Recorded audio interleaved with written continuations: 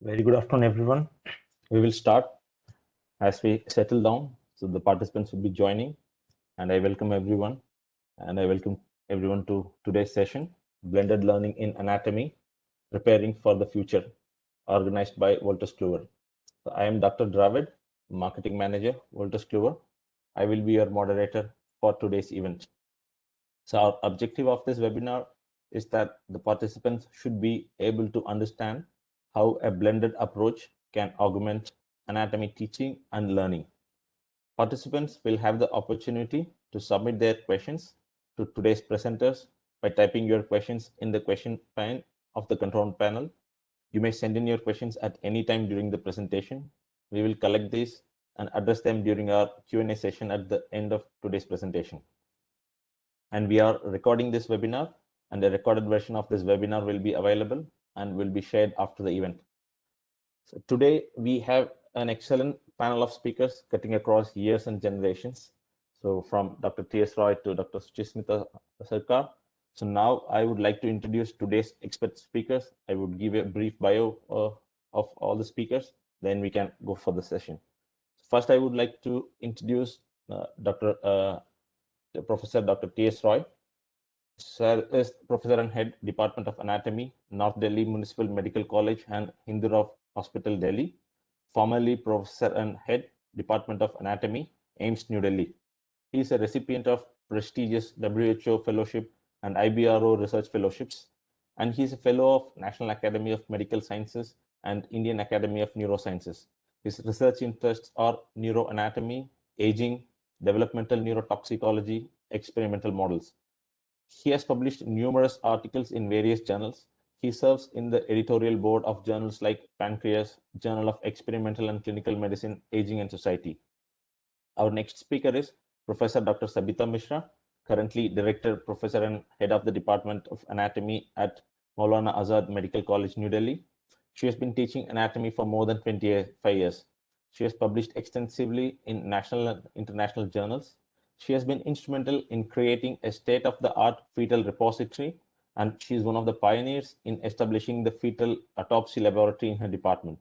She is also the co-author of popular histology book, and she has been on review board of several other anatomy books and journals. So next we have Dr. T.S. Gugapriya, Additional Professor of AIIMS Nagpur, graduated from Madras Medical College. She has a teaching experience of more than 15 years. She is an assessor for NMC and NAAC. She serves as the member of the editorial board of journals like NGCA, APSA, and a reviewer for medical journals like Clinical Anatomy, JCDR. She has published more than 25 original articles in various international journals. Then our last speaker, Dr. Suchimita Sarkar, currently Assistant Professor Anatomy and MUA member at Government Institute of Medical Sciences, Greater Noida. Graduated from Maulana Azad Medical College and trained in instructional strategies from University of Michigan. She is a life member of Academy of Health Professions Educators, Anatomical Society of India, Indian Academy of Neurosciences, and Southeast Asian Regional Association of Medical Education. She has published more than 10 original articles in index journals, both national and international. For those of you just joining us, I welcome once again. Now I hand over to Professor Dr. T.S. Roy. Sir, over to you, sir. Yeah, can you give the presenting rights to Dr. Roy? A very good afternoon to Dr. Dravid and your team. Can you hear me? First, please confirm. Clear, sir. Clear. You're clear, sir. Yeah. Okay. So you can share the content now. Okay. Yeah. So I hope you can see my screen. Not yet, sir. Are Just you coming up. Can you see now? No, sir. Maybe you can share and then go to the screen. Now, what I have to do, because I have started my this thing PowerPoint presentation. Now So tell me what I have to do. So down there is a panel where you can share. So there is control panel down. There would be share. Okay, okay, okay. Yeah. So you have to press share and then share. Okay, okay, okay. Yeah, now we can see. Okay. Now we can go to presentation. Yeah. So you can go to the presentation mode. Yeah, yeah. Slide mode. Yeah.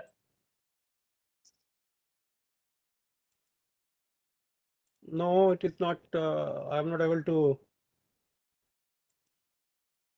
I'm not able to go to the presentation mode. So maybe you can just run it like this as well, sir, so it is visible. So you can go by slide. The pointer is not coming. I wanted to use the pointer also. Okay. So a very good afternoon to Dr. Dravid and your team. And good afternoon to the speakers, Dr. Savita and other people also.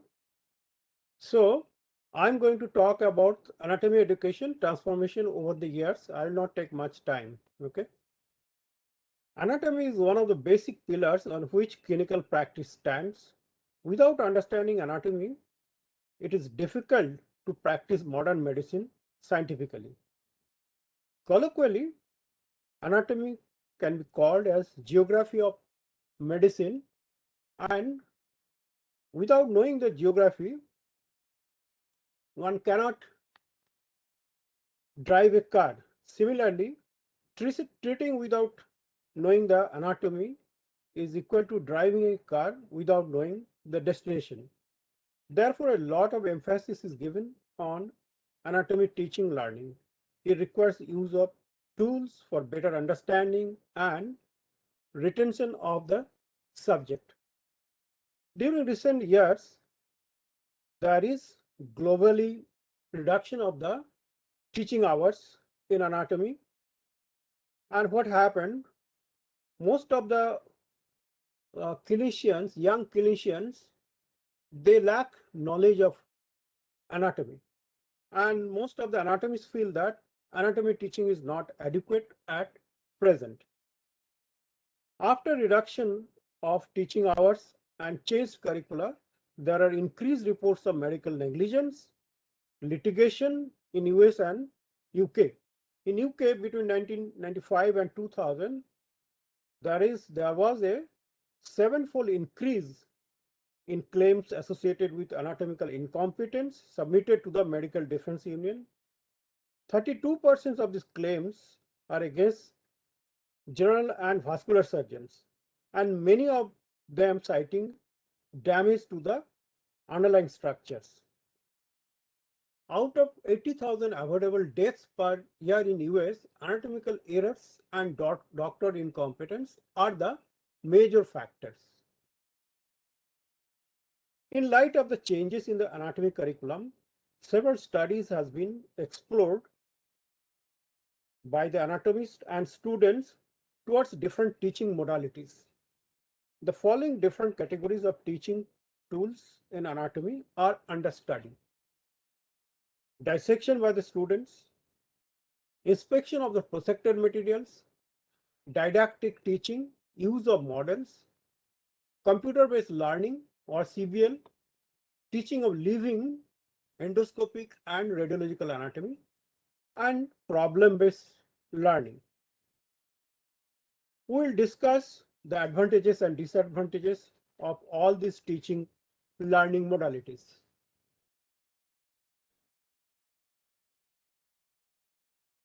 Many anatomists still feel that cadaver dissection is the best method of teaching. Cadaver dissection has been started 400 years back. Till now, it is the golden standard of anatomy teaching because it preserves the texture of the human body close to the level of living. It enhances active and deep learning. It prepares the students for encountering with the death, prepares students for clinical practice. Students feel as if they are in the operating room. Students develop manual skill and develop understanding between the relationship of patients, symptoms, and pathology. They develop medical professionalism, teamwork competency, stress coping strategy, and empathy. They learn anatomical variations in finer details. On the other hand, there has been a debate about whether the full cadaver dissection is still suitable for modern undergraduate teaching. Many of the US, UK, and German schools has abandoned dissections, but there are a lot of criticism against the full body dissection, like it is very time consuming and outdated method. There are high costs associated with the maintenance of the dissection lab and procurement of the bodies. And it is better for regional based approach, not a system based approach. Health hazards due to formalin toxicity are there, and there are ethical and medical legal issues on continued use of the cadaver and the specimens for a long time. Full body dissection has been replaced with prosected specimens in many of the medical colleges, and there are several advantages of the prosection-based materials. It reduces the number of contact hours. It is fit approximately into a system-based approach. The courses are flexible, contextual, and time efficient. Few cadavers are needed for teaching. More anatomical variations can be studied with use of several specimens, and it can replace full body dissection in the teaching of gross anatomy. Preparation of prosected specimen is time consuming. That is one of the disadvantages. It requires specialized technicians and anatomists, and it have to be made once in few years, because by the use of the students it get damaged. Therefore, a concept came that how this specimen can be preserved for a longer time. Plastination is the simply specialized way to preserve these specimens, prosected specimens. Many anatomists favor plastinated specimens over simply formalin fixed specimens because they are odorless, allow convenient storage, and easy for handling. They allow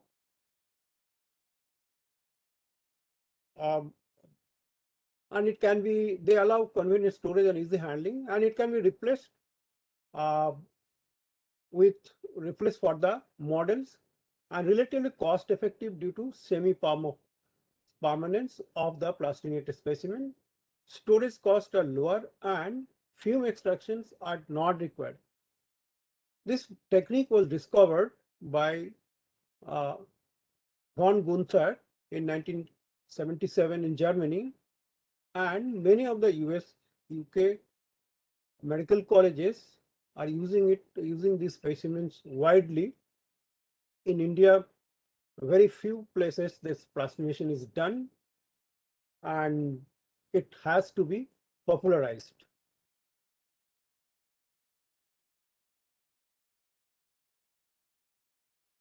Computer-based learning. With the recent advances in technology and reduction in teaching time, increasing class size and increasing cost of cadaver-based instruction, CBL resources are increasingly used in anatomy curricula, especially during COVID time. Most CBL resources have focused on the development of 3D representations of anatomical structures. It is a supplement rather than a replacement of the traditional teaching method. Virtual teaching allows students to visualize, dissect, and interact with simulated objects in artificial 3D space. The user wears a Oculus Rift, a head-mounted display similar to 3D visualization goggles, and holds hand controllers, which allows him or her to create a tour or virtually fly through the human body. It enables students to learn hand movement in a virtual environment. There are a lot of games available on this software base. There is another term called virtual reality. The virtual reality softwares are Visible Human Project. This Visible Human Project, it started in 1995. Two convicts were embalmed and their body has been cut into thinner pieces or slices of 0.33 to 1 millimeter thickness, which are then photographed and digitized. The data are supplemented by axial sections of the whole body obtained by computed topography, axial sections of the head and neck obtained by magnetic resonance imaging, and coronal section of the rest of the body obtained by the magnetic resonance imaging. And this is data from 2002. This data is free to anybody and anybody can use it to make their own programs. There is Chinese Visible Human dataset also. It is an advanced version of the Visible Human project, and the section thickness is 0.1 millimeter intervals, and it has better resolution. Pictures are of very good quality. Anatomist tables. Few years back, in one of the anatomical society conference, this anatomist table was shown, and many of the anatomy or the medical colleges are familiar with this anatomist table because it was demonstrated by the company. It is a computerized touchscreen software large enough to show the life-size human body that allows students and faculty to dissect a virtual cadaver with just a swipe of a finger. It is just like iPad. You can touch and whatever you want you can see. Then another softwares are biodigital human zygote body, Second Life. They use interactive web-based program which provides a program interface for 3D graphics. Ackland's anatomy is also available, and in AIIMS New Delhi, Ackland's anatomy is freely available for the students and teachers. There is a very good program for understanding anatomy and revising anatomy also. Augmented reality. Augmented reality combines the view of the real environment with additional virtual content. There is a difference between the virtual reality and augmented reality. Augmented reality differs from virtual reality in that it integrates computer-based objects into real world. It enhances user participation of reality. It has been used in anatomy education in that it can create an illusion allowing display of anatomical structures on the user's body and provides a lifelike feel of the internal anatomy. Few years back, the children were addicted to a game called Pokemon Go. So this augmented reality was applied there, and you can see in the next picture the difference between augmented reality and virtual reality. In augmented reality, it overlays the digital images into your view in the real world, and the children used to see the real world and play. There are lots of accidents happen because of this. So virtual reality is augmented using the real world. That is the augmented reality. This technology is used in anatomy learning and teaching also. 3D printing, most of us are familiar with 3D printing nowadays. 3D printing can be done just by using laser scanned images, MRI or CT pictures, and one can make whatever they want, they can create with simple costs.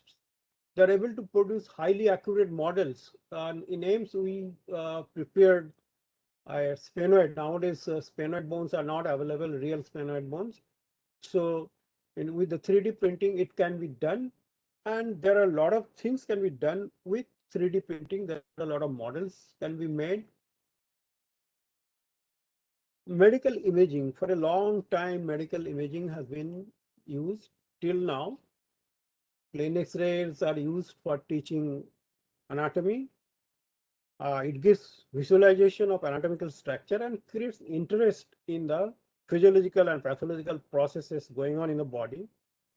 The computed tomography, magnetic resonance image, MRI, ultrasound display high detail images of the internal anatomy in 2 dimensions and 3D reconstructions.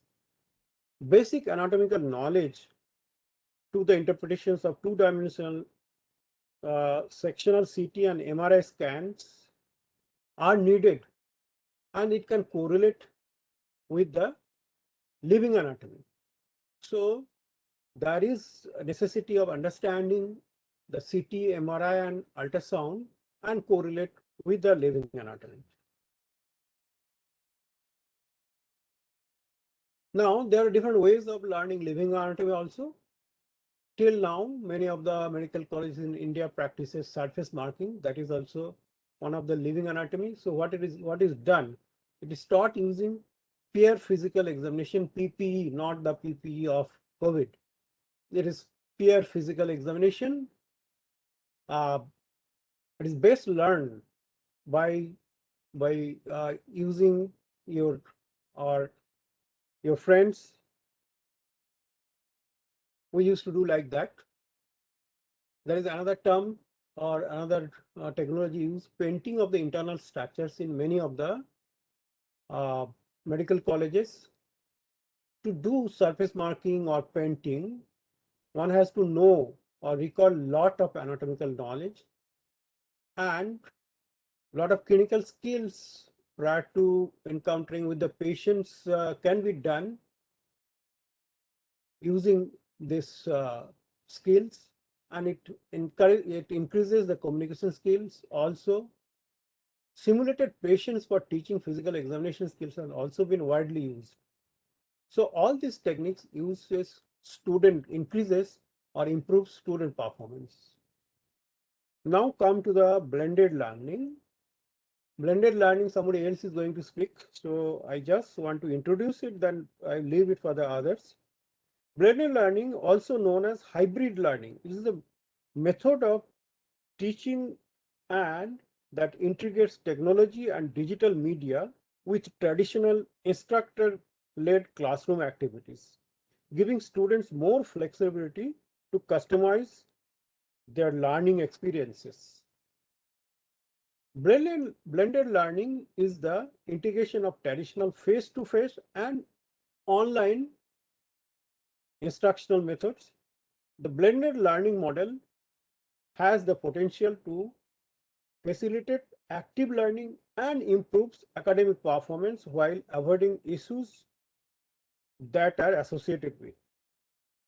Lecture-based learning has a lot of criticism. It is ineffective, it is passive, it is outdated. So system-based and vertical integration approach has been undertaken by the Medical Council or the National Medical Commission. The system-based curricula, it is interdisciplinary curricula which integrates normal structure, normal function, and pathophysiology of disease. Learners can master with one system as a foundation to the subsequent systems with a much easier, and if they pursued a region-based approach, they learn better. It enhances long-term retention of adequate knowledge and thus reduces the need of cramping or memorizing. Learners can retain factual information more easily and relate anatomical knowledge to modern practice. There is another method, flipped based or flipped learning or inverted classroom.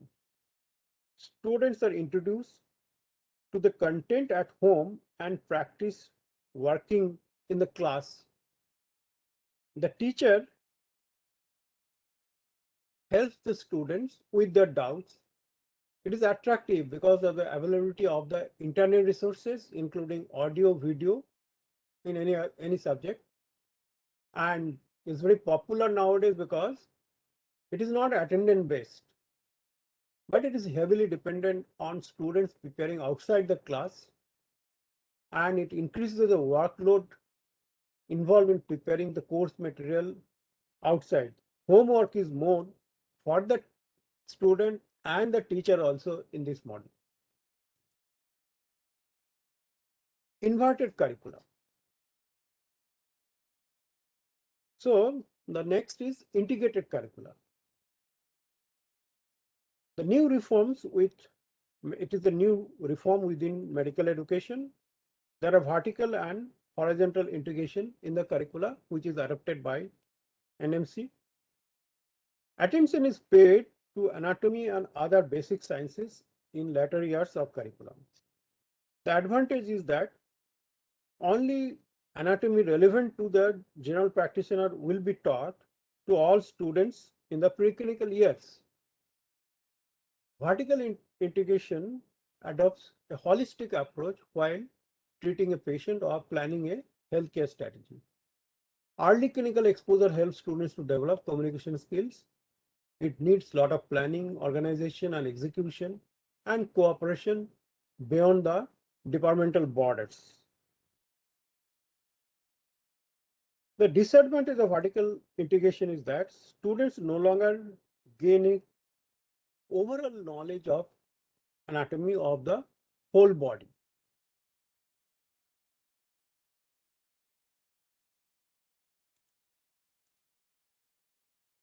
So the debate continues. In my opinion, Cadaverse has remained the gold standard of learning anatomy. System-based curricula is a better method. Full body dissection is not essential to be a general practitioner. Yes, it is required for them who wants to be surgeon.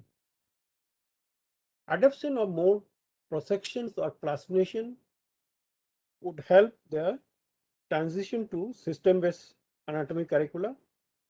Vertical integration of anatomy throughout the medical curricula is appropriate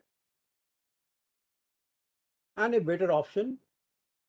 No single teaching tool has been found to be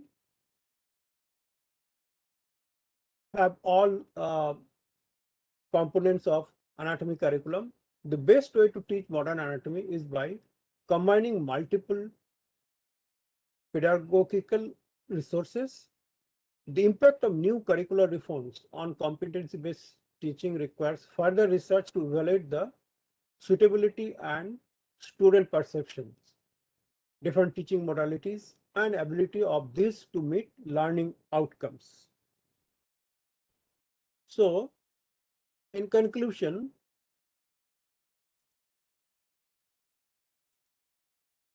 blended learning opens a whole new world of possibilities for teaching organizations and professionals. We should evaluate the advantages and disadvantages of the different models, define the learning objectives of our training, investigate our learners' needs and expectations, assess our resources, and choose the right one for us. Mixing the different methods will help us utilize the best elements and keep our learners engaged and motivated. So at the end, one may ask me at the COVID time what we are doing. We are doing a blended type of teaching. What we do, We give online lectures, we give virtual practicals, and we give the recorded version of our lectures and the virtual practical to students, and we assess the students online. Thank you, Dr. David. So now Thank you, you sir. can take over. Yes. Okay. Thank you, sir. Thank you so much. And thank you for giving us a whole spectrum of how it was and what are the relevant type of curricula now. And I can say anatomy has historically been the cornerstone of medical education, and it remains undisputed. So there is no other saying beyond that. And you have rightly touched the right note. There is currently a relevant debate concerning methods of anatomy teaching. So maybe when the speakers open up and then they share their work, I think the participants would be able to even learn much better how they can implement in their institutions. So now I welcome Dr. Shabita Mishra. I'm over to you.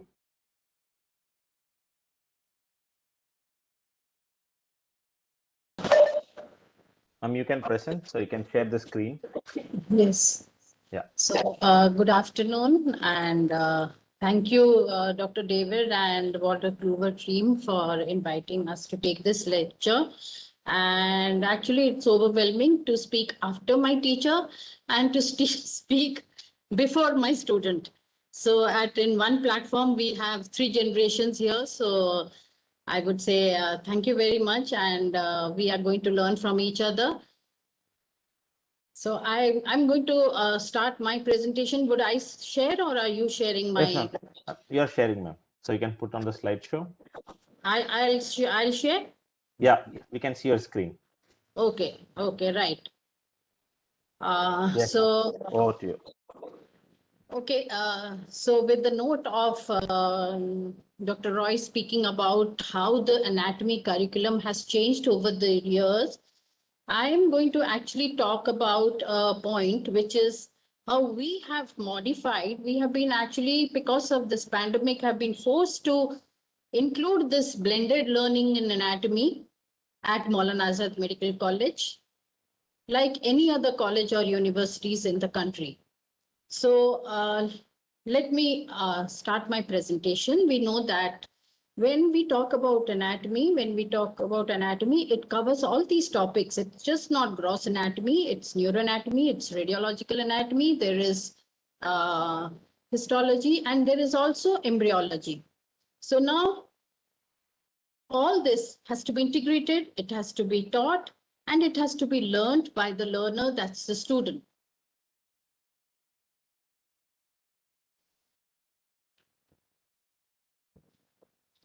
So now let's just go on to the definition. What do we understand by blended learning? So this integrates the didactic teaching pedagogy with a media-rich technology.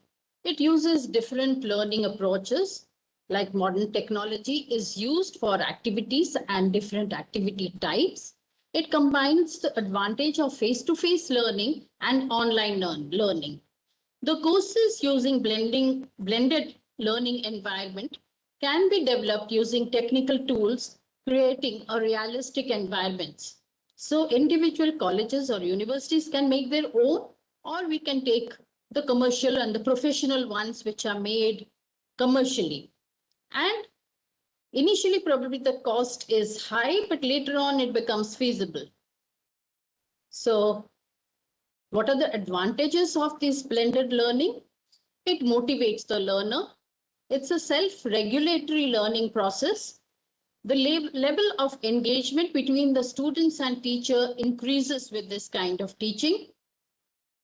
It's been seen, we've also seen that long-term retention of information is better for cognitive learning outcome.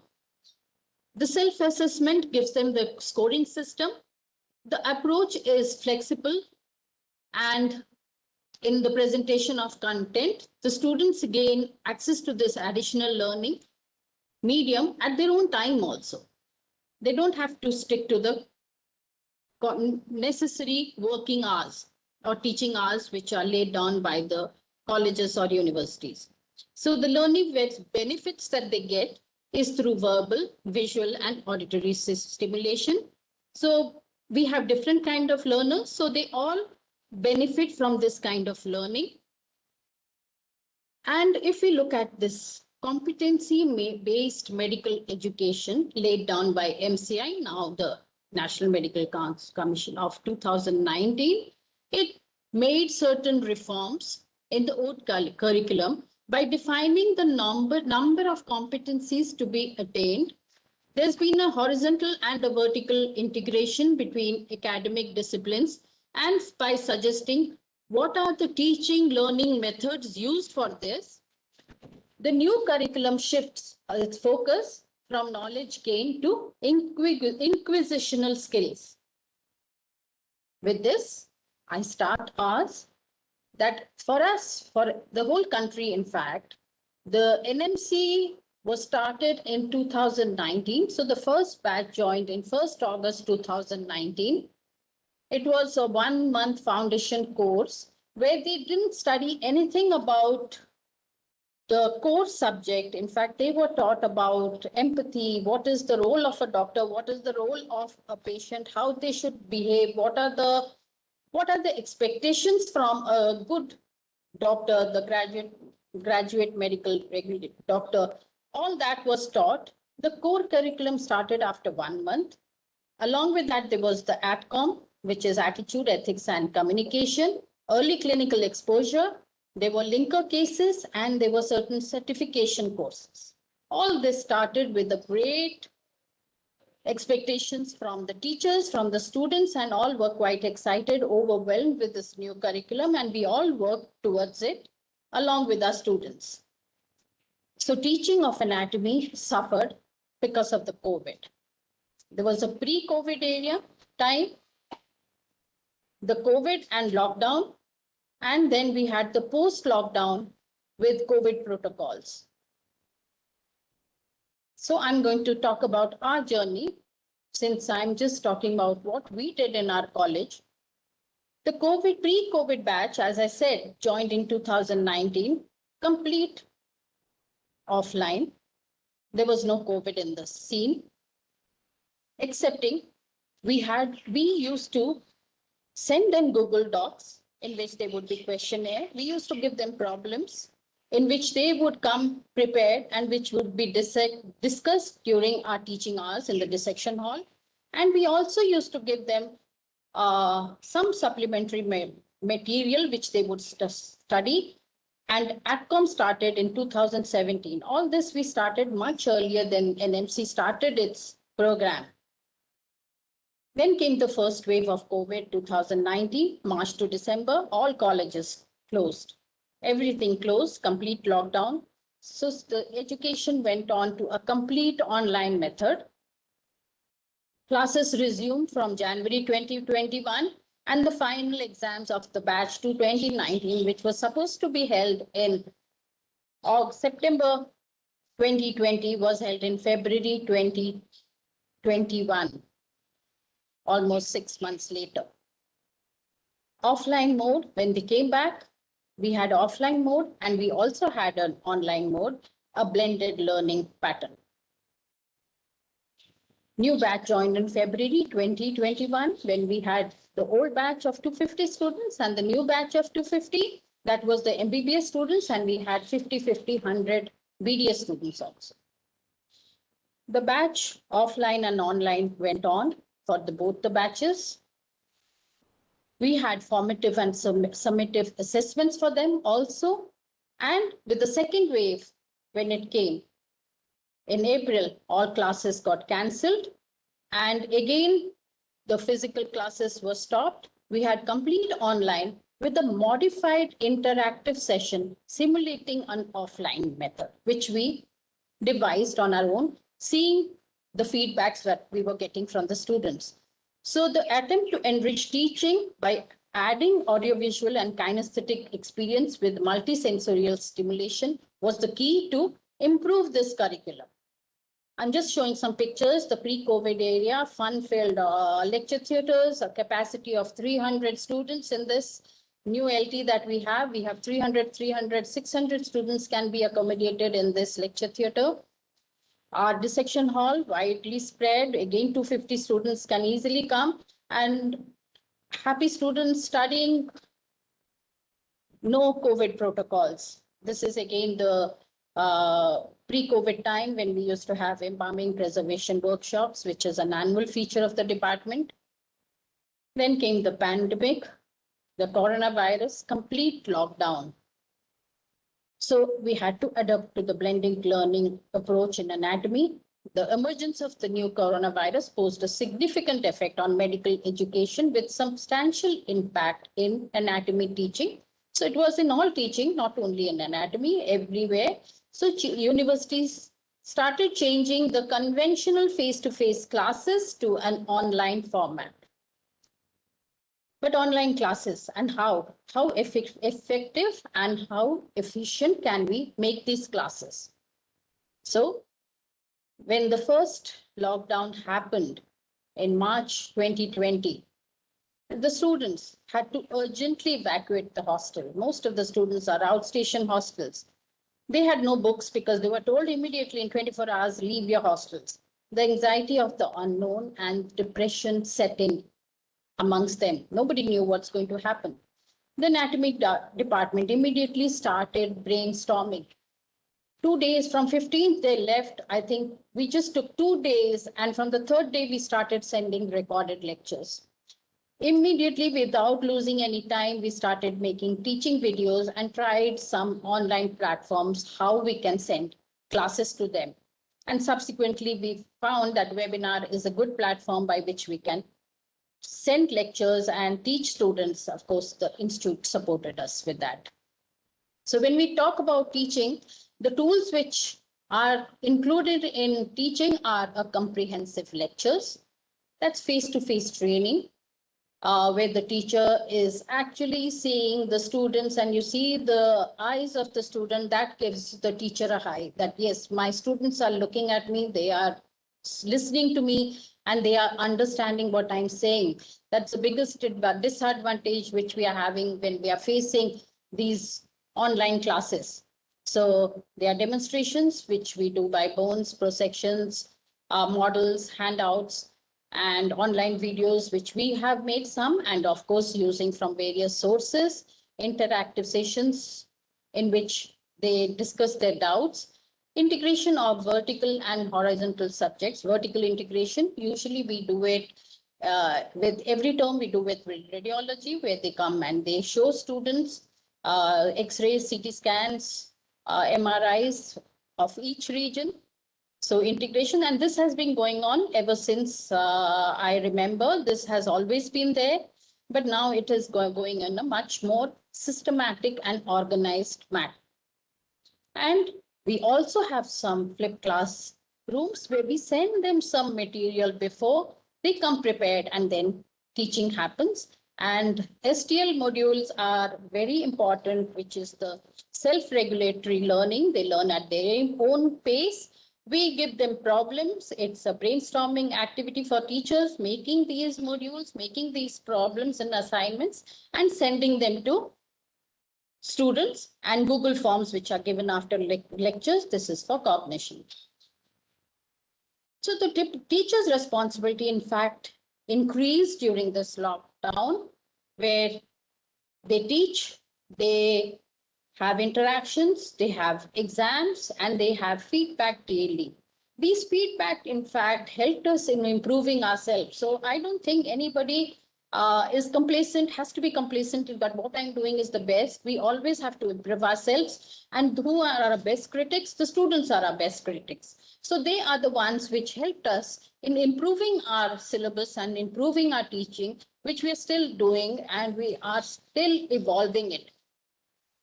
All that is okay. We are giving the content, we are giving everything, but what's getting affected is the skills and attitude. That's suffering with this kind of teaching. We have used number of platforms because the student strength or the class strength is very high. We have 250 students, and our faculty is also, we have less faculty and residents. So we have used many of these. All these are the platforms that we've been using. For lectures, of course, we use webinar and GoToMeeting. And then we have these Google Classrooms and Zoom sometimes, not very regularly. And we use some of the apps like Visible Body app, which we have, and certain videos and models.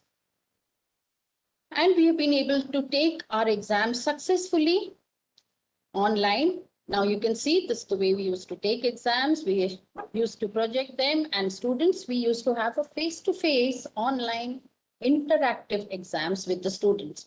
And one teacher would ask, and we had assigned one teacher to 4 students, so it's not going to be much of a strain on the student, on the teacher, to ask only 4 students in one day.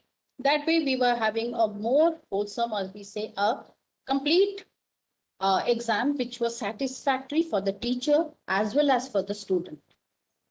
Then 2021, the college opened with all safety protocols, whatever as prescribed by DDMA, and we maintaining the vaccinations, social distancing. At that time, nobody was vaccinated, but we saw to it that the vaccination process starts with mask and sanitation and all that.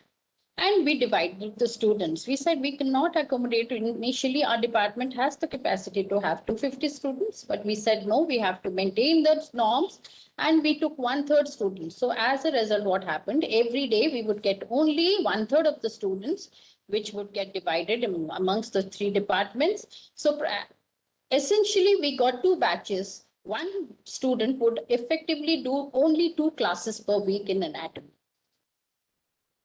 All classes, lectures would go online in the evening, and morning hours we would devote for comprehensive practical and demonstrations.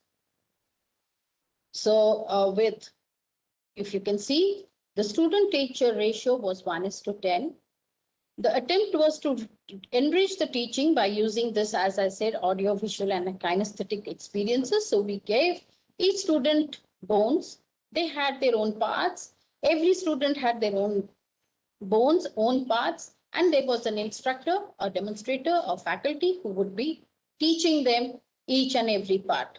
And they would come back prepared. We would tell them what to study. They would come prepared. And as a result, we had a very, very rapid revisions in which we could finish the entire course.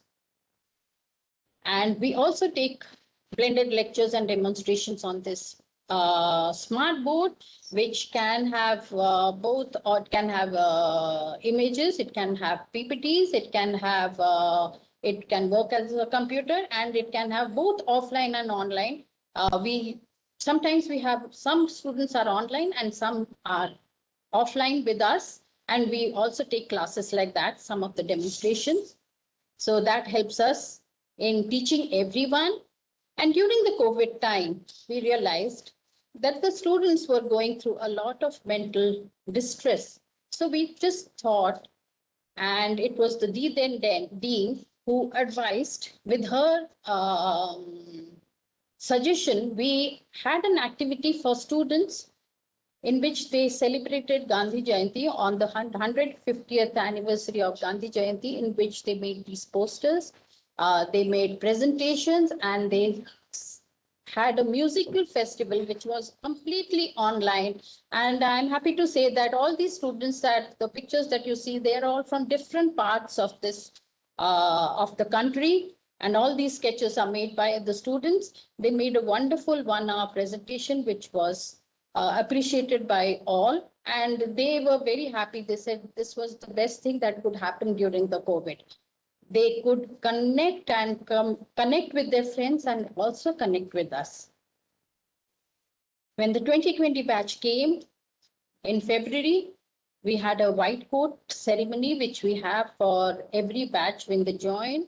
We have a white coat ceremony where they are inducted into the medical profession, and we have our deans, and we have a chief guest who comes and addresses them and tells them about the heritage of Maulana Azad Medical College, which is it's situated in a very historical place of Delhi, at the border of New Delhi and Old Delhi, just in front of the Kuni Darwaja. So there are a lot of historical perspectives also which are discussed, which are told to the students. And before they go to the dissection hall, we make them take a cadaveric oath. And the activities for the students This time we made a slight difference in this. We wanted to make this more like we say a live demonstration instead of having just online. We thought that we make it more interactive. So as a result, what we did is we had the core and the foundation went online. But the demonstrations, videos, and animations which we had, it had now started having one-to-one interactions. We gave them the same self-directed clinical problems, lot of MCQs. After each lecture, we started giving them MCQs. And it so happened, I got feedbacks in 2 classes, our MCQs never went back to them. And they are so active, immediately I get a WhatsApp message, Madam, we have not received our MCQs today after the lecture. So every lecture they get MCQs of what they have learned, whether that lecture made any impact on them, whether they have understood the lectures or not. And we give them written assignments. In these written assignments, it's a weekly written assignment they get. They upload those written assignments and the batch teachers are seeing these assignments. So what we have done is our 250 students, we've divided them into 10 batches of 25 each with 1 resident and 1 faculty. So every person of the department is involved. So we have to only look after 25 students, making sure that they are able to understand, comprehend what we are. And that made so much of difference. Now you can see the happy faces of the students. They are understanding, they are more free, they interact with us freely. And if they say we are not able to understand, again in the evening, we make up classes. We send classes for them again in the evening. So as a result, our classes are going almost, I would say, till 9 o'clock in the evening. Sometimes at 10 o'clock also, we have been sending classes because some of them, when they're at home, they say we are not able to get up in the morning. So we are trying to help them as much as they can, as we can. And we are monitoring the students by checking and involving parents also. If a student doesn't come for a consecutive 3 or 4 classes, immediately we have their data. We immediately call up the parents and we start interacting with them, because this is the COVID time. With 250 students, we realize many of them lost their parents also. And many of them, so I have got a whole list in Excel sheet they have sent me, that how many of them had these problems in their family. So it's not only that we are looking at their activity academically, we are also giving them emotional support, and also we have started a mental health camp for them, which also I'm actively involved. And we took a student feedback in which from 250, only 220 participated. And we asked these questions. There were many questions, but I've just given out here 4, in which whether the objectives of the lectures and demonstrations were fulfilled. They said yes. The content and lectures and demonstrations, are they fulfilled? Most of them said yes. Yes, a small portion is always there who have a no for an answer.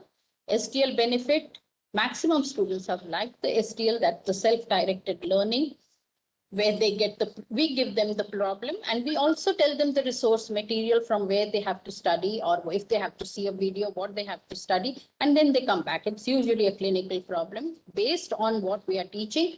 And the most common problem were the network issues.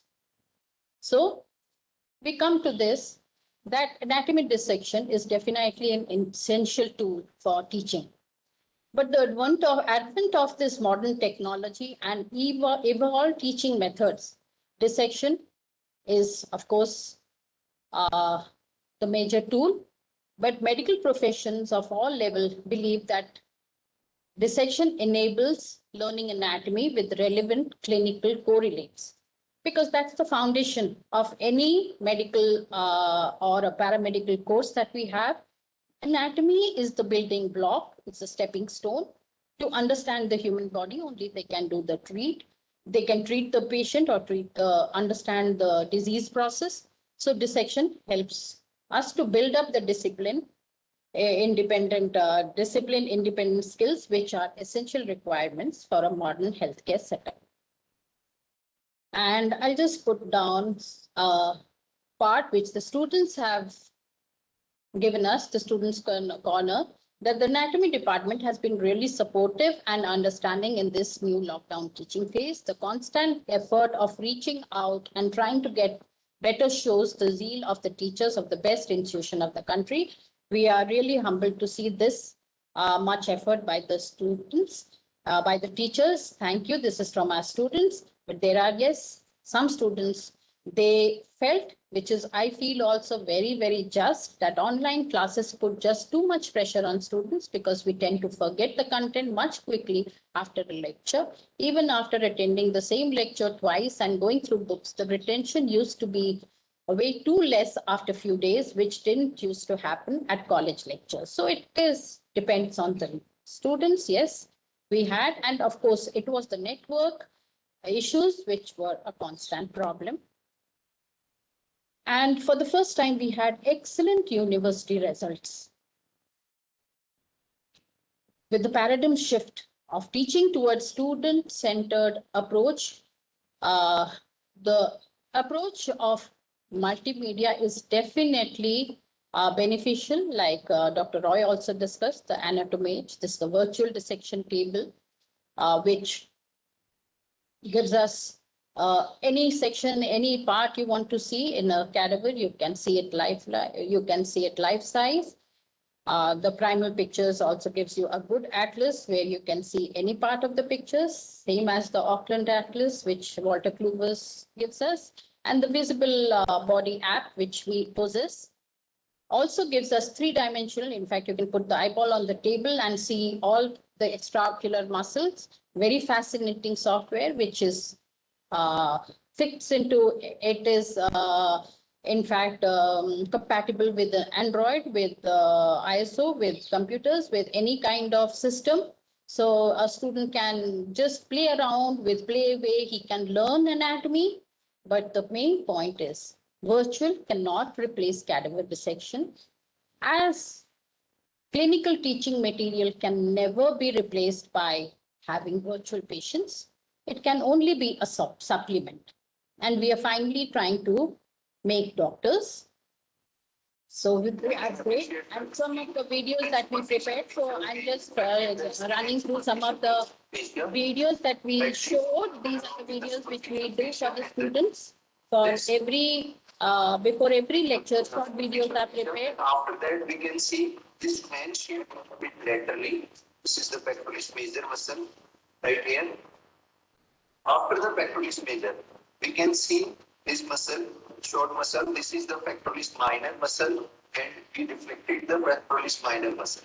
After deflecting the pectoralis minor, we can see this is the pyramidal shaped area. Right, so this is the pyramidal shaped area. So this pyramidal shaped area, this is known as the axilla, and axilla is. So this is the norma frontalis, in which we are viewing the skull from. We are demonstrating.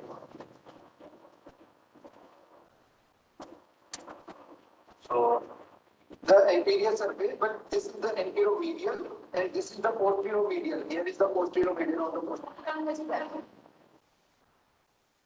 Above the origin, this is your hard planet, soft planet.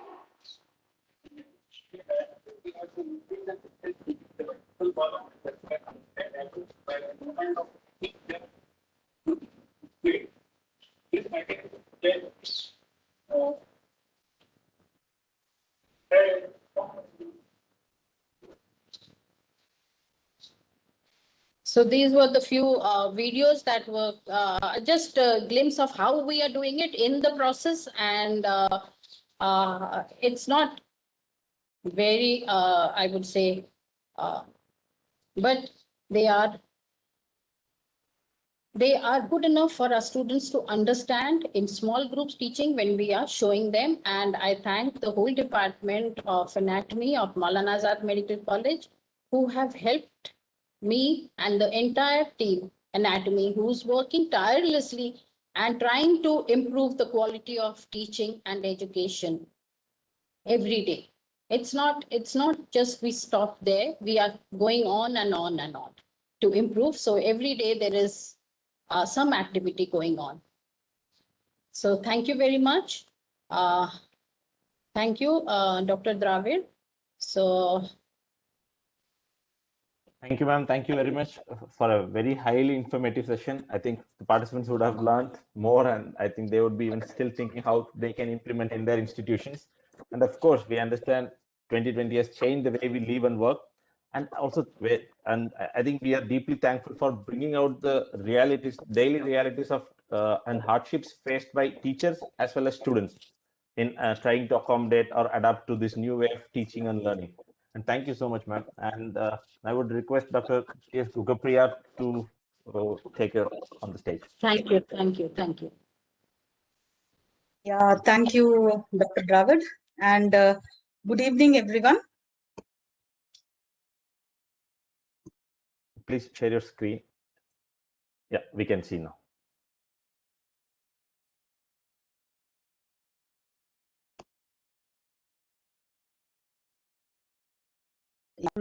Small request to the participants. You can just log in to slido.com, and you can just have this number so that we will be just using this Slido site with this number for few of our interactions. And with that, I'm just going to tell very briefly about what are the toolkits that are available, which we have been using so far and which we can use furthermore. Then we are thinking about doing blended learning methods. So the thing which I'm just sorry to we interrupt. would, Maybe just tell your the Slido code number. Maybe I can post in the chat so people can join. yeah, Just sure. slide, please. Yeah. It's /057784. Okay, ma'am. When the slide also comes for people to be just get ready, I am just told it. And as we are just going to have a very brief teaser into what are the tools that can be used in blended learning in scenarios. We'll be just seeing how to develop a blueprint for a blended learning session, and we will be knowing how to effectively use those tools, and whatever tools we have in hand or which we are thinking of, how to select those tools according to our needs. These are the things which we will be seeing now. So the participants can just QR codes scan and then attend this, or they can just put in their Slido, go to slido.com and just put this number /722474. Sorry, there is a small mistake in the number. This is the number you have to just put.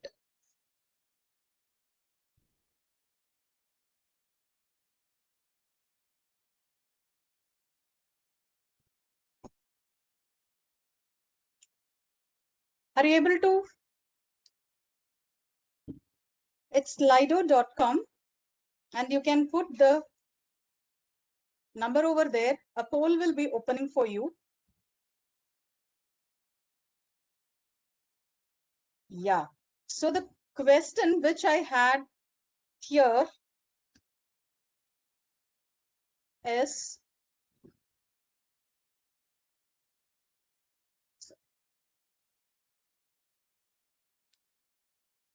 what were the problems as teachers or facilitators with online instruction of anatomy over the last year? So what are the problems you and me faced together when we just went into? I just had one participant polling in as network.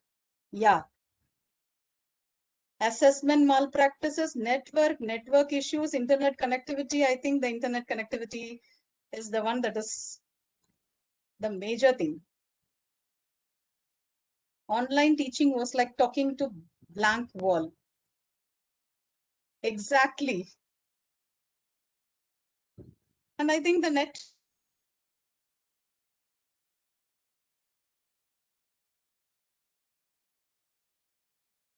Maybe you can block your video and then you can start sharing. Yeah.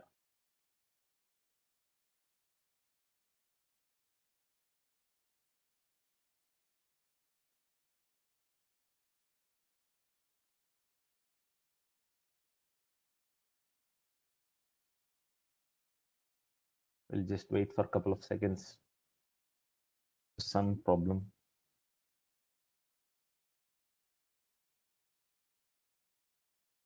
Dr. Gopriya, we are not able to hear you.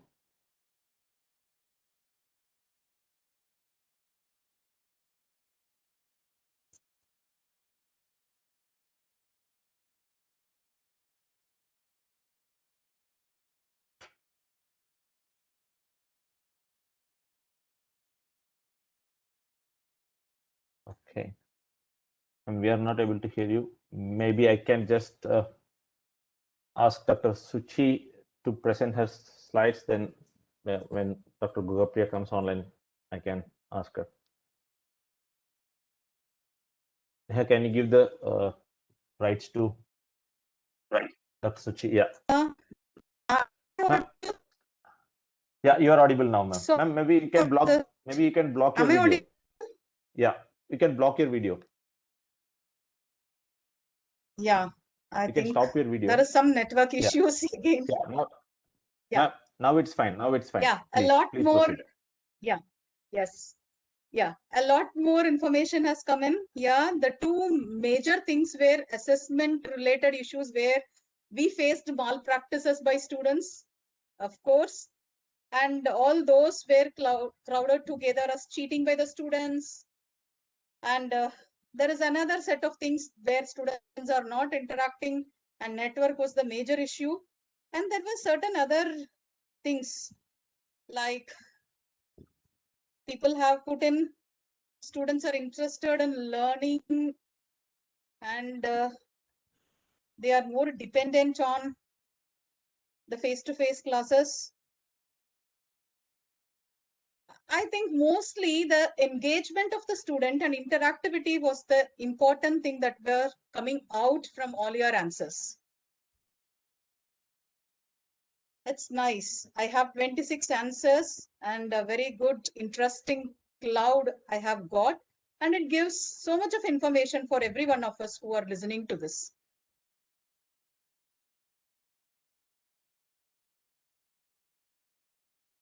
So we need to just strike a balance between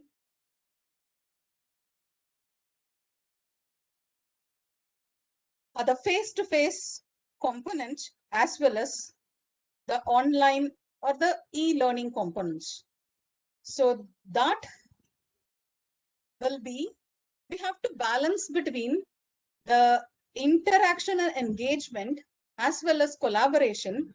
At the same time, we should see to that the learner is not isolated or there is no difficulty with the motivation for the learner to learn. So these are the two things which we need to balance together whenever we are thinking of any blended learning session. So it is not only the balance between our face-to-face and our online content, also the balance between interaction, engagement, and collaboration so that the learner is not isolated and the learner motivation is being kept up.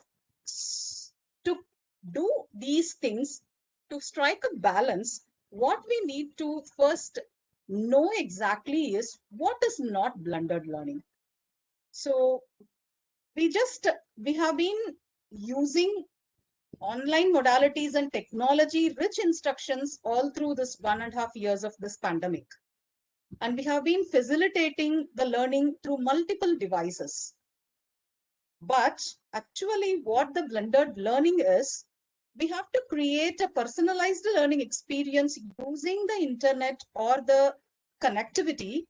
Thereby we will be empowering our students, and for empowering our students, we need to plan teaching learning activities very specific so that the interaction, engagement, and collaboration is maintained. So if we want to do a very effective blended learning, what we need to do first will be a blueprinting. We have to first decide the primary goal of our online component of the blended session. Once we know what we want to achieve, then we have to state our objectives, which are very specific, learner-centric, and measurable to work towards attaining the goal. And we have to start devise certain activities which will be the strategies which we need to do to achieve the goal. And to do those activities, we have to decide which tools we have to use, which are very easy to curate, which are open source, freely available online resources, which can be apps, which can be websites, which can be digital content resources. So we have to just pick it from the toolkit which we want to use. And finally, we have to add an assessment component, which has to be mostly formative assessment, so that an instant feedback will be there for the learner, which motivates the learner. So when we go through these steps, we will be doing the blueprinting, and this blueprinting will help us to achieve, to give a very good blended learning session for our students. And to have this blended learning experience for the students, we need to have a learning management system, which will be delivering and tracking all our e-learning materials. We have to incorporate certain educational games and social media pages so that there will be interactivity and engagement. We can use wikis, blogs, and discussion boards so that a collaborative environment will be created. And we need to use this digital badges and formative assessment tools to give an instant feedback, which will be the very important instant motivator for the students to keep on doing the work. And in spite of all these things, we definitely need the facilitator presence. So we need to have a webinar or sort of communication through email or whatever, WhatsApp or whatever means we can just devise. And then we have to have our case studies, videos, ebooks, podcasts, simulations, whatever we create the content as, the content repository will be there. So these are all the toolkit which we need to have a blended learning experience, which will be effective for our students. And just, can you just answer to this poll? What are the tools that you have been using to your anatomy classes so far? I think most of us have been using many of this, which I have given here. So you can just go through and then you can just put in your oaths to whatever. Yeah. So the topmost, Zoom, and yes, Zoom is the maximum. Yeah, YouTube videos are gaining in.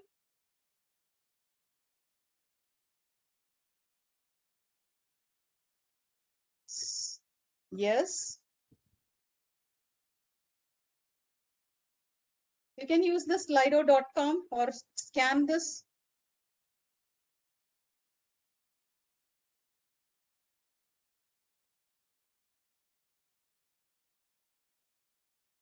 I think Zoom outrightly scores the lead, I think. So most of us are like using Zoom. Yes.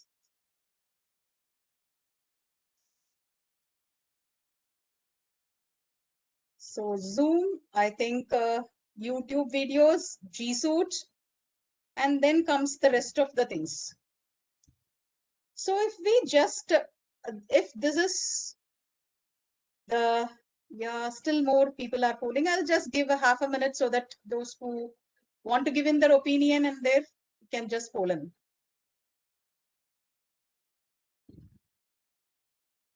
So we are ensuring the facilitator presence by this Zoom interaction.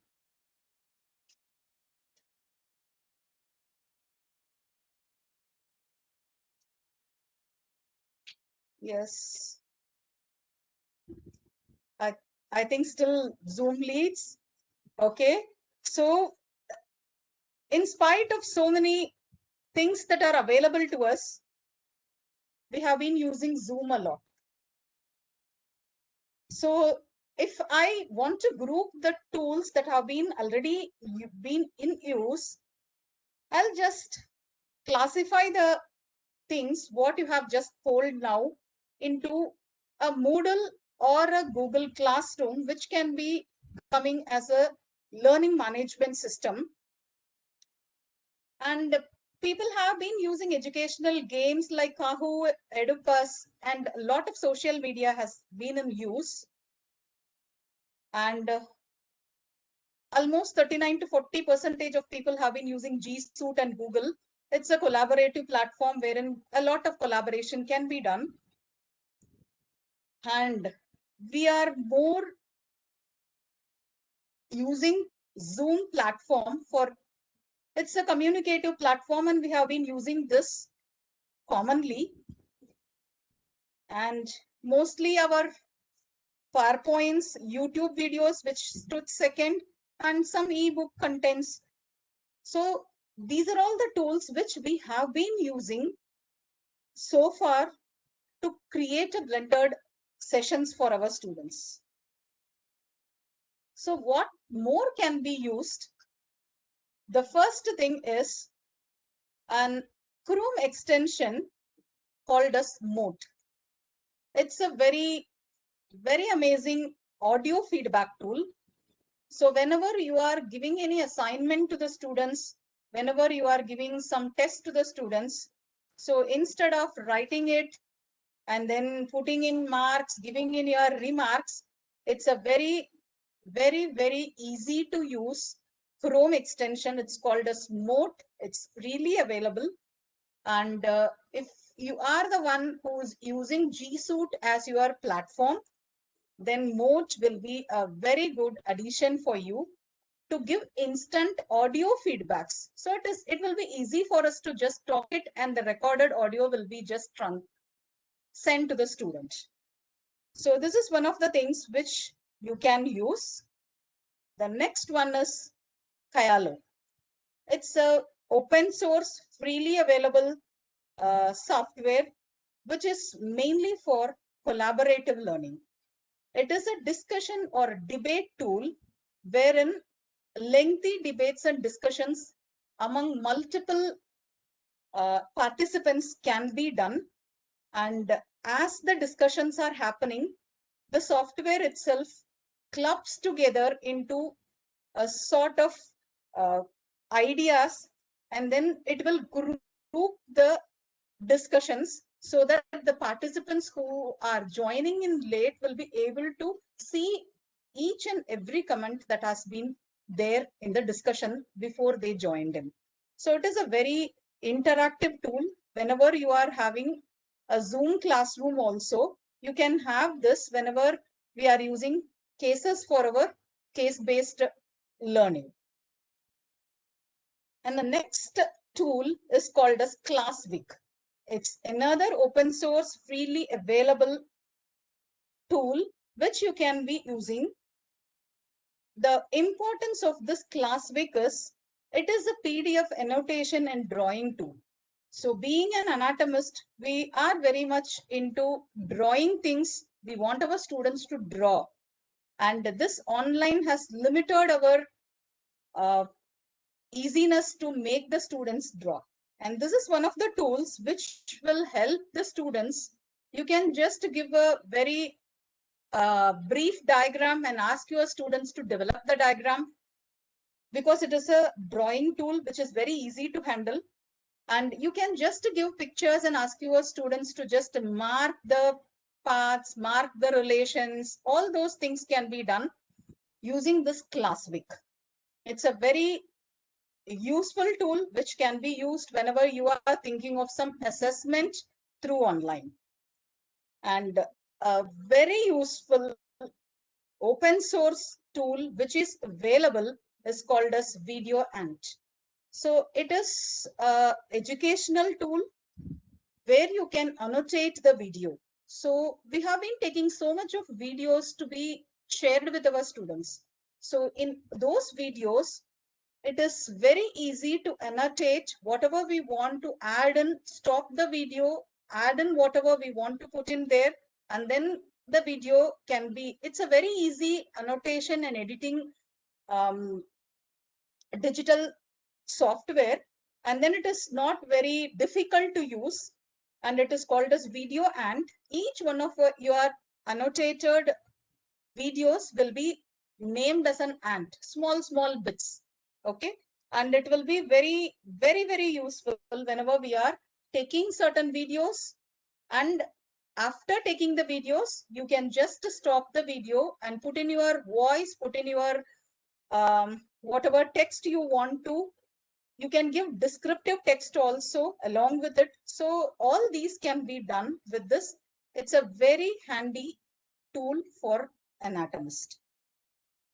And finally, another collaborative tool, it's called as DotStorming, and it is again a discussion forum or a discussion board, which is similar to Padlet. If people have heard of Padlet or people have used Padlet, this is another one similar to Padlet, where multiple pages will be opening. Otherwise we call it as walls. In the walls people will start putting in, just like if people are, if anybody is using here Jamboards in Google Suite, this is another equivalent of this, but it is freely available tool which you can use. So these are, I have just put in certain very easily available, easy to use, at the same time very effective in anatomy especially, and open source and freely available. There are multiple things that are available over there, but I have just narrowed down certain things which will be of more effective use whenever we want to balance engagement, interaction, collaboration, so that the learner is not left alone or isolated. And apart from that, a lot of e-resources like Aclans, Atlas, the Visible Body, and then the whole Ovid courseware, and then Institute of Human Anatomy videos are very good, which you can download and use it. And American Association of Anatomy has a large repository of anatomical images and videos, which we can just use it. And they are all easily available content repositories, which we can just take it and use it. And before going into decide, we have to just go through certain steps. So among all these, what we will be using for a particular blended learning session, we have to just decide what are all the apps, websites, and tools and the content already we are having. Then the technicality of the tools which we want to use. We have to see whether it is cloud-based or server-based, whether it is open source or whether it is paid, whether this new tool will be syncing with already what we are using, and whether the content which we want to use, whether it can be curated or not.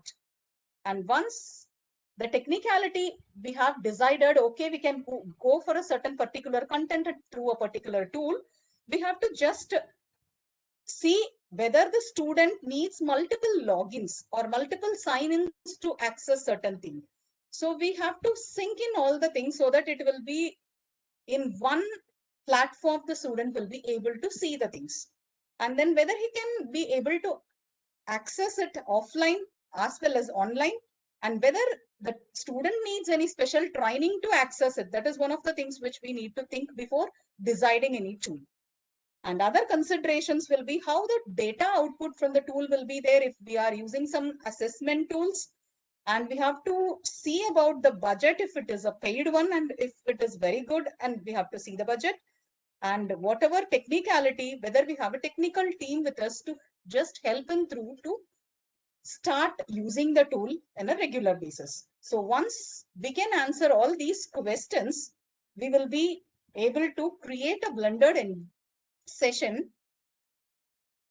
It's better not to mimic face-to-face teaching.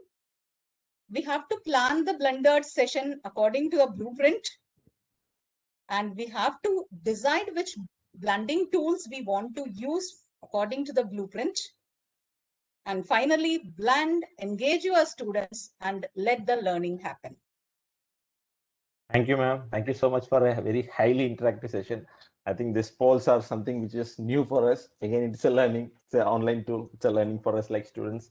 I'm now over to Dr. Suchesmita for another highly interesting session. Over to you, Doctor. Thank you. Yeah.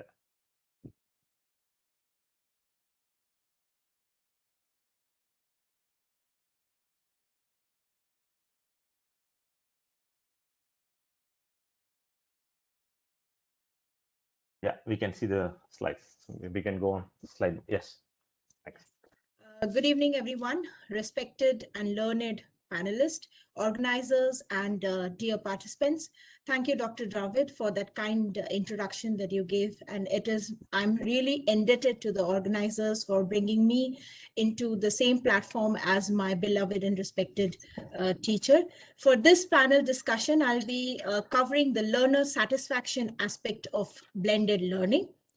By the end of this session, all should be able to recognize the need for innovating blended learning sessions into anatomy education and discuss the aspect of learner satisfaction from the strategy over the traditional curriculum.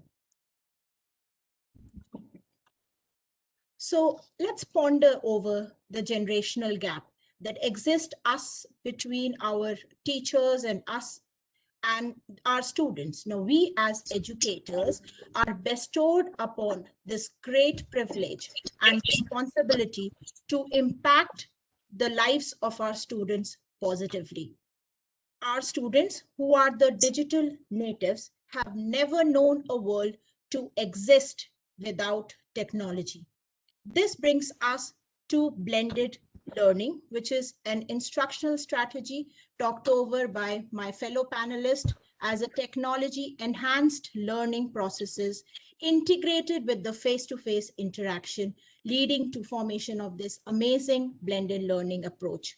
It could be implemented and innovated for content delivery activities, for guiding activities and discussions, ranging from the wide range of teaching learning methodologies that we use for our students, from lectures, presentations, demonstrations, dissection hall teachings, seminars, or problem-solving aspects.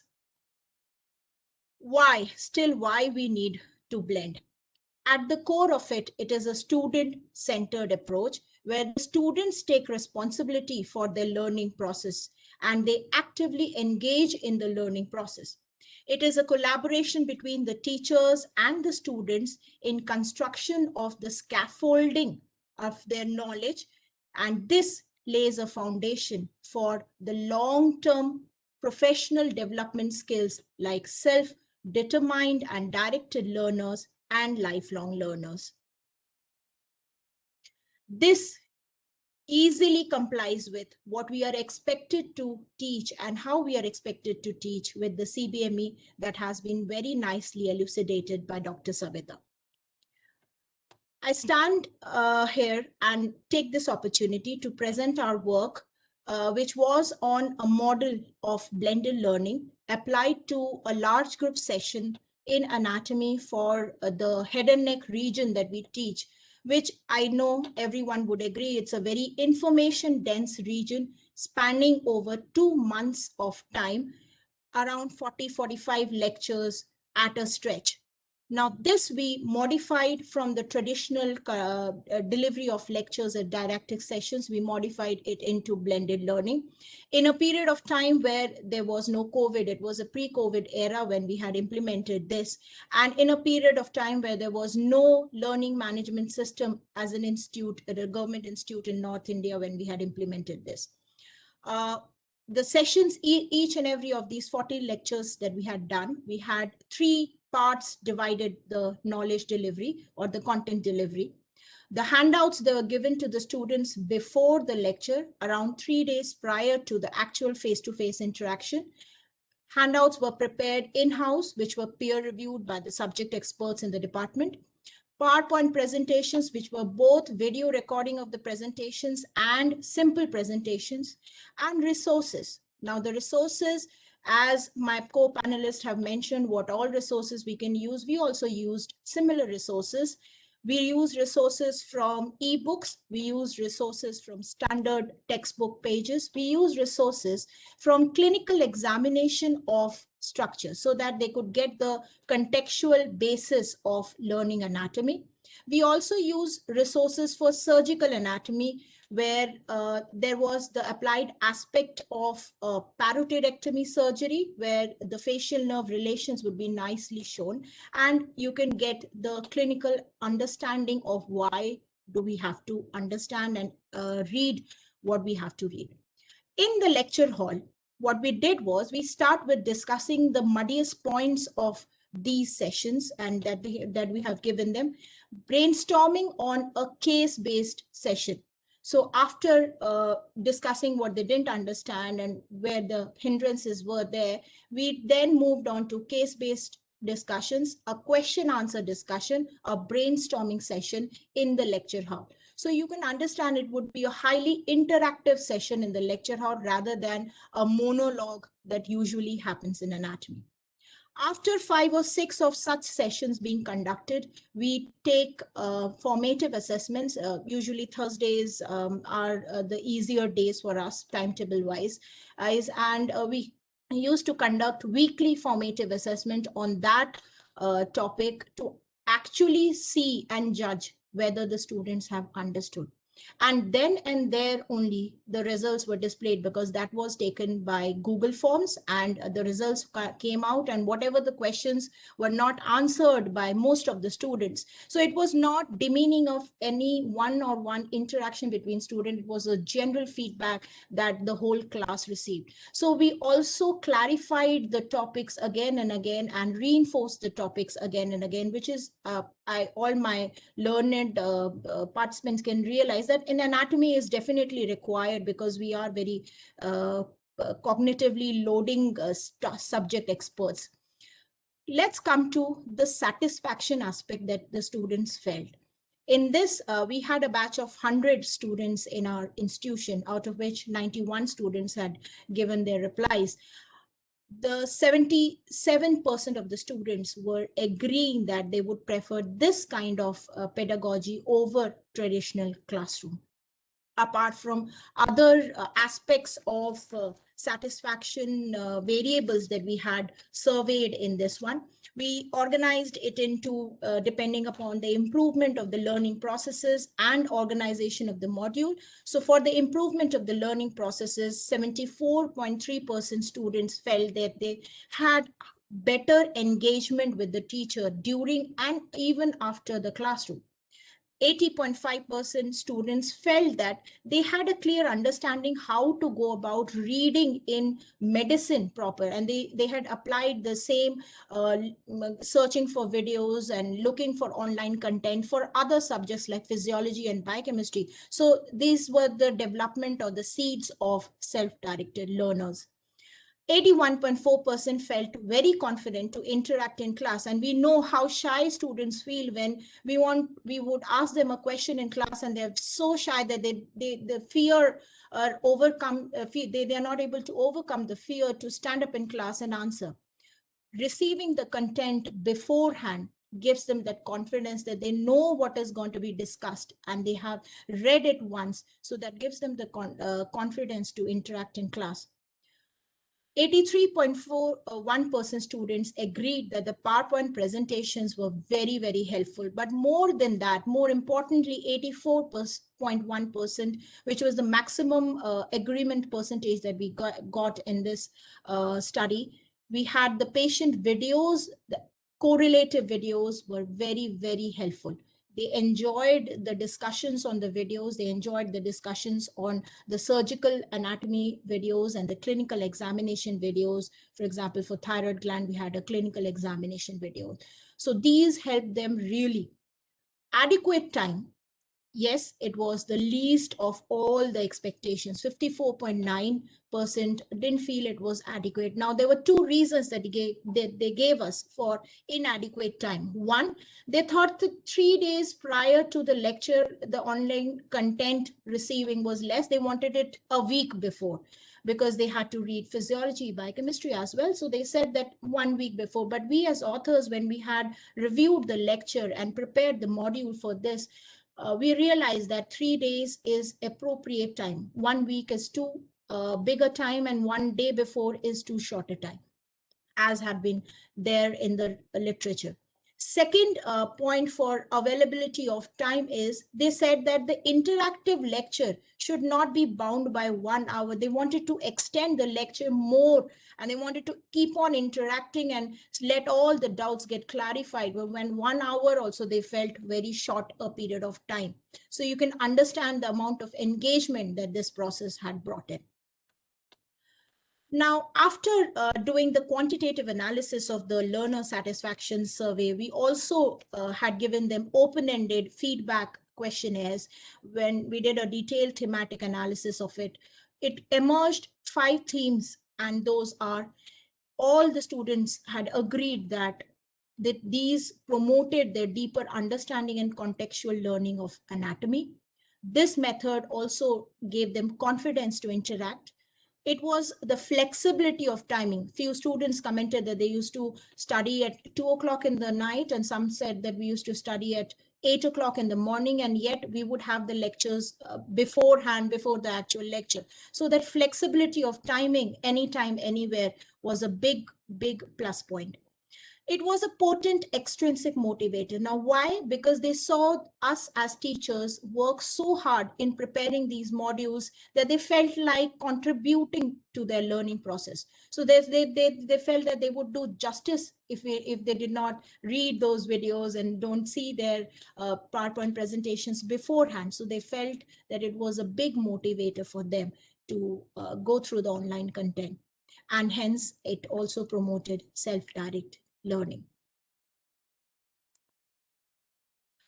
Hence, when we have sink in this blended learning into the roots of our consciousness, before all of you would like to innovate this in your institutions, from our experience, these are a few tips that we would like to share with everyone. Sensitization of your students is extremely crucial before you implement this, and likewise sensitization of the faculty.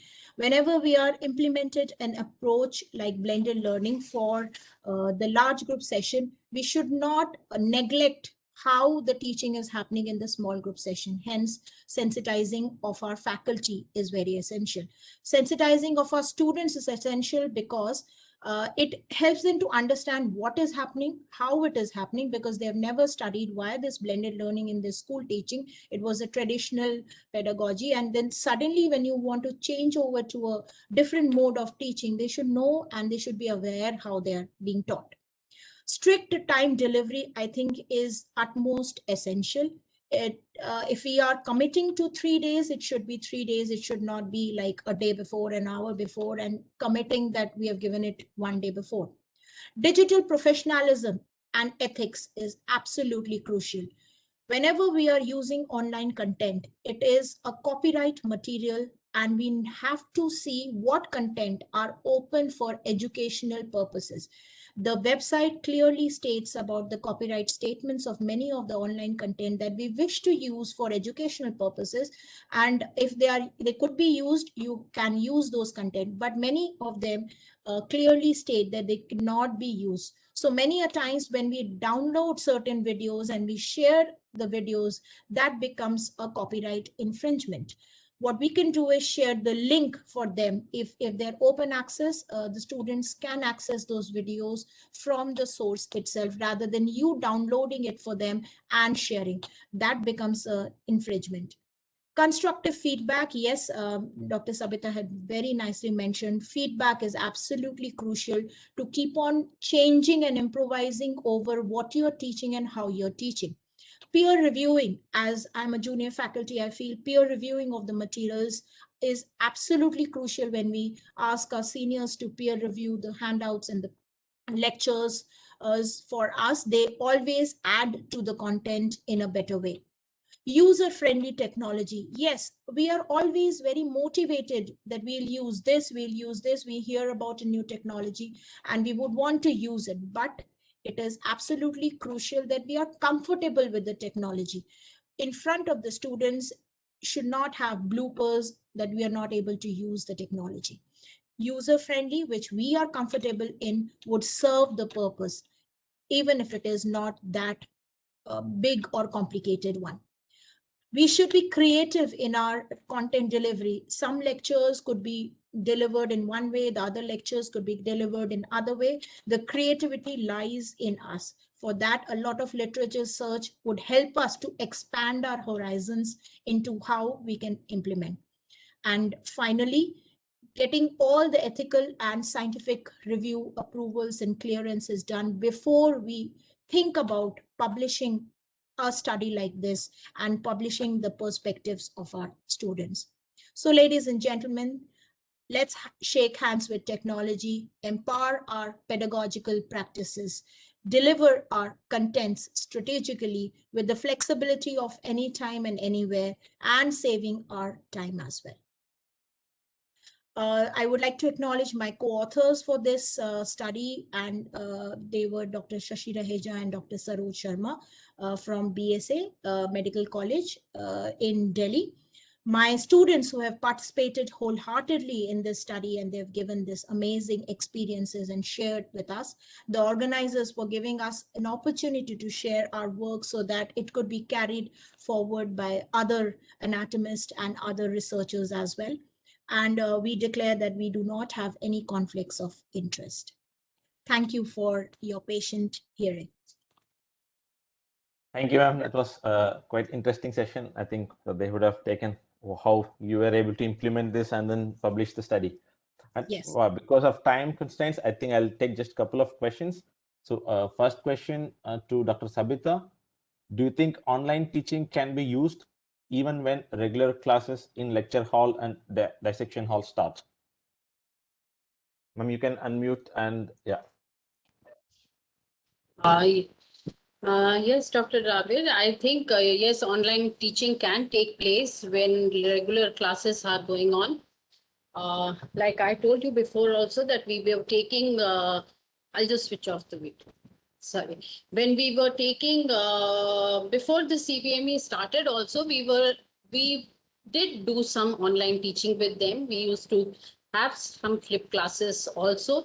And with our experience, we've seen that if you have an online platform, students can read and study at their own pace. They're not constrained to the time of the college. So they find it very helpful when they have to do it at their own pace and at their own comfort also. So if we are able to give them the material, definitely I would feel that the online teaching should go on also when the offline classes start. Okay, ma'am, thank you. Ma'am, another topic, I think maybe Professor Roy and maybe you can both can weigh in because of the experience and amount of students you have seen and taught. This is related to academic integrity. So another topic that has come up often is the discussion of academic integrity. How can professors be sure that students are submitting their own work? So I think that's something which you both can answer. Yeah. Now, first of all, I'll ask Dr. Roy if he wants to speak. Otherwise, I'll answer that. Thank you, Dr. David, Dr. Savita, Dr. Gugupriya, and Suchismita for giving a nice talk. And I enjoyed Dr. Gugupriya and Suchismita's professional presentation. Okay, we are more unprofessional, older people are more unprofessional. We learned a lot from Dr. Gugupriya's talk, and Suchismita also, you have done a very nice work. Dr. Savita, thank you for sharing your experience. Okay, in my experience, I'll tell you, these students are going to be doctors. So I don't expect any unfair means they should follow. Okay. So they are very tech-savvy people. You can switch on the camera, or if there is a sound, you can stop the taking your assessment. But they are very smart. So it is. I don't expect that a medical student will use some unfair means. Okay, Dr. Savita. Thank you, sir. I agree, because professional integrity is the key to be a good doctor. Out here, yes, they can cheat, they can do any kind of malpractice and submit their assignments. But when they come to a patient, every patient is different. And that is the time when the gray zones come. It's not ever clear white or black. And they have to make their decisions. So if they start cheating from the beginning, I don't think they can actually achieve what they want to be. So we have, in fact, before each and every exam, we tell them that if you want to cheat yourself, you're not cheating us, you're cheating yourself. So you understand that, and then you appear with your assignments that have been given. And the questions are structured in such a way that, as Suchismita had said, I didn't focus on that because she was about to do the student satisfaction. I was only concentrating on our journey, so that covered quite a bit. But we actually peer review each and every question. It goes through 3 phases. So as it goes through 3 phases, and those questions which finally come up and which are sent every day are such that in 1 minute, if they know the answer, they can answer. Otherwise, they will not be able to answer. The site closes, the portal closes.